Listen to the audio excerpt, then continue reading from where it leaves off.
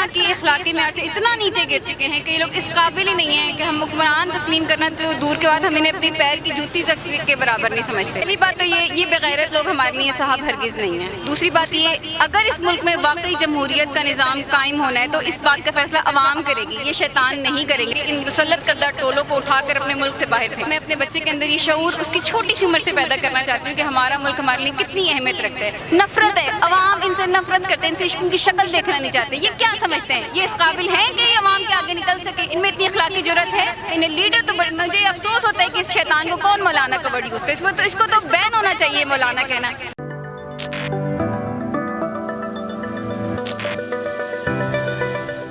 अस्सलाम वालेकुम। वालेकुम सलाम। इन्हें किसी तरह ये अवाम को तो फेस कर नहीं सकते।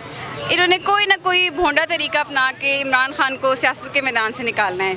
अब ये कर भी देंगे तो अवाम का प्रेशर देख लेंगे कि अवाम किसके साथ खड़ी है। अगर इनमें ज़रा सी भी गैरत हो, जुर्रत हो तो ये अवाम के सामने आएँ, अवाम से अपनी राय लें। लेकिन ये हर तरह की अखलाकी मेयार से इतना नीचे गिर चुके हैं कि ये लोग इस काबिल ही नहीं है कि हम हुक्मरान तस्लीम करना तो दूर के बाद हम इन्हें अपनी पैर की जूती तक के बराबर नहीं समझते।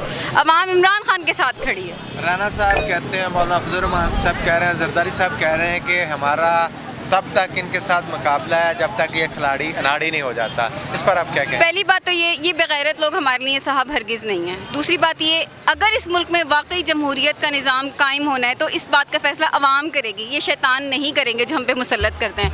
अवाम पूरी तरह जाग चुकी है। जो अवाम है ना, इसको ख़ुद इस वक्त निकलना चाहिए अपने मुल्क की खातिर, अपने हक़ की खातिर। तो मैं तो ये समझती हूँ कि अवाम जहाँ जहाँ इस बात को समझते हैं कि हमारे मुल्क के साथ क्या हो रहा है, जो कि बहुत अच्छी तरह इमरान खान ने ये चीज़ समझा दी है कि इन मुसल्लत करदा टोलों को उठाकर अपने मुल्क से बाहर फेंक। मैं आपको थोड़ा सा इसके पीछे लेके जाऊंगी। मैं कभी भी नहीं ये समझती थी, क्योंकि मैं एक हाउस वाइफ, ऑल्दो मैं प्रोफेशनल ऑडिटर थी, लेकिन मैं सियासत से बिल्कुल दूर रही। मुझे नहीं इस चीज़ का इल्म था कि वाकई हमारे यहाँ इस्टेब्लिशमेंट का किरदार क्या है। लेकिन इमरान खान ने इन सबको इतना एक्सपोज कर दिया है कि ये अब जितने भी पर्दों में छुप कर रहना चाहें, जितना भी अच्छा बनना चाहें, ये अब इनके हाथ में। अगर ये वाकई हमारे दिलों में मोहब्बत जो हमारी अफवाद से है, हमारे एजेंसी से, हमारे इदारों से, अगर उसको वाकई बरकरार रखना चाहते हैं तो खुदा का वास्ता है, मुसल्लत करदा टोलों को हम पर अजाब की तरह इन्होंने जो बिठा दिए है, उनके सहूलतकार मत बने। इस मुल्क की अवाम पहचान चुकी है। क्या हो सकती है कि हमारे टैक्स के पैसे से वो जिसको चाहे जब चाहे मरवा देते हैं। अभी चंद दिन पहले की बात है, जनरल सरफराज अली, सिर्फ इसलिए उनको मरवाया गया त्यारा जो क्रैश हुआ कि वो इमरान खान के फेवरेट थे। इमरान खान उन्हें आइंदा का आर्मी चीफ लगाना चाह रहे थे। इस पर आप क्या कहेंगे? मैं इस बारे में दलील से तो नहीं कहूँगी कि इमरान खान की क्या ख्वाहिश थी, क्योंकि इमरान खान ने बाय वर्ड ऑफ माउथ ऐसी बात नहीं कही। शेख रशीद साहब का बयान आ चुका है, उनसे जब किसी ने पूछा कि जनरल फैज़, मैंने आज सुना। लेकिन मैं ये समझती हूँ कि हमें अपने लीडर की गाइडेंस की तरफ बड़े मुहतात तरीके से चलते हुए उसकी गाइडेंस के मुताबिक चलना चाहिए। अगर Imran Khan by word of mouth इस बात का इजहार करते हैं तो ऑफ कोर्स इससे ज़्यादा बड़े दुख की बात नहीं है कि अगर इमरान खान किसी को मुखलिस समझकर अपने मुल्क के सबसे अहम इदारे का सरबराह बनाना चाहता था और उसको अगर ऐसा कर दिया गया तो इससे बड़ी बदकिस्मती की कोई बात नहीं है। लेकिन मैं फिर ये कहूँगी, क्योंकि इमरान खान ने बाय वर्ड ऑफ माउथ ऐसी बात अभी नहीं कही, तो इस पर हमें अपने लीडर की गाइडेंस के मुताबिक मैं इस पर खामोश रहूँ। मेरी जो रिसर्च थी वो भी यही कहती थी, शेख रशीद साहब ने पहले ही कह दिया। मैं तो उसी रात, जिस रात त्यारा क्रैश होता है, रात के 12 बजे मैंने उस दिन भी एक प्रोग्राम किया, मेरे यूट्यूब चैनल पर पड़ा हुआ है। मैंने कहा था कि इसे वज़ीर आज़म, पाकिस्तान साबका वज़ीर आज़म इमरान खान साहब इसे चीफ़ ऑफ आर्मी स्टाफ लगाना चाहते थे। और आज जब शेख रशीद साहब का जब बयान आता है तब मेरे नज़दीक तो चीज़ें और क्लियर होगी। मैं अगला सवाल पूछना ये चाहूँगा कि बच्चे को, बेचारे को नींद आ रही है, रात के इस पहर इसे आप क्यों लेके आएंगे? बुनियादी वजह ये है कि बच्चे की जो इतनी छोटी उम्र होती है ना, बच्चे को ये तमाम चीज़ें लर्न करने की होती हैं। हमें जो भी उसके दिमाग में इनकलकेट करना है वो ये गोल्डन पीरियड होता है। मेरी बुनियादी सोच अपने बच्चे के ब्रॉटअप में ये है कि वो अपने मुल्क के साथ वफादार है, इस बात को समझे। वक्त की कोई बात नहीं होती, इंशाल्लाह ये वक्त भी गुजर जाएगा, पर मैं अपने बच्चे के अंदर ये शऊर उसकी छोटी सी उम्र से पैदा करना चाहती हूँ कि हमारा मुल्क हमारे लिए कितनी अहमियत रखता है। दिन रात तो बड़ी दूर की बात है, अगर अपने मुल्क को बचाने के लिए अपनी जान भी देनी पड़े, अल्लाह किसी बड़े बोल से बचाए, तो हम देने में दरेक नहीं करेंगे। और इसी बात को अपने बच्चे के अंदर मुंतकिल करने के लिए मैं आज, न सिर्फ आज बल्कि हमेशा ये आती रही हूँ, और हमेशा अल्लाह हमारे मुल्क को बचाए।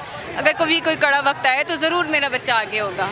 आपका बच्चा इसलिए यहाँ पर खड़ा हुआ है कि कल इसे पता हो कि हमारे माँ बाप ने इस मुल्क के लिए, इस धरती माँ के लिए किस तरह से कुर्बानियाँ दी। आज का मेरा ये आखिरी सवाल होगा कि 14 जमातों का इत्तेहाद हो, उन्हीं में शामिल मौलाना फजल रहमान हो या राना सनाउल्लाह, वो कहते हैं कि हम तितलियों के लिए ज़मीन गर्म कर देंगे। अगर खान साहब कॉल देते हैं तो वो इनके इस तरह के बयानात, वो क्या चाहते क्या हैं? इस तरह के बयानात पर आपका एज ए फीमेल होने की हैसियत से क्या जिसका जैसा किरदार होता है ना, वो उसी के मुताबिक ज़ुबान इस्तेमाल करता है। दिल तो मेरा भी चाहता है कि मैं उनको इतनी गालियाँ दूँ, किसे नहीं आती, लेकिन हमारे लीडर की तरबियत यही है जो हमें रोक के रखती है, वरना ये लोग इस काबिल नहीं है। मैंने कहा कि हमारी जूतियों में रगड़ने के काबिल भी नहीं है। हम लोग इतनी नफ़रत करते हैं, नफ़रत है, अवाम इनसे नफ़रत करते हैं, इनसे इनकी शक्ल देखना नहीं चाहते। ये क्या समझते हैं, ये इस काबिल हैं कि ये अवाम के आगे निकल सके? इनमें इतनी अखलाकी जुर्रत है? ये हमें तितलियाँ कहते हैं।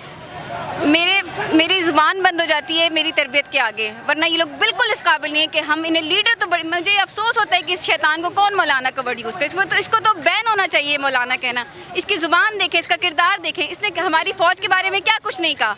हमारे लीडर ने हमें आज भी तरबियत की कि हम अपनी फ़ौज को इकट्ठा रखें, अपने इदारों को बुरा ना कहें।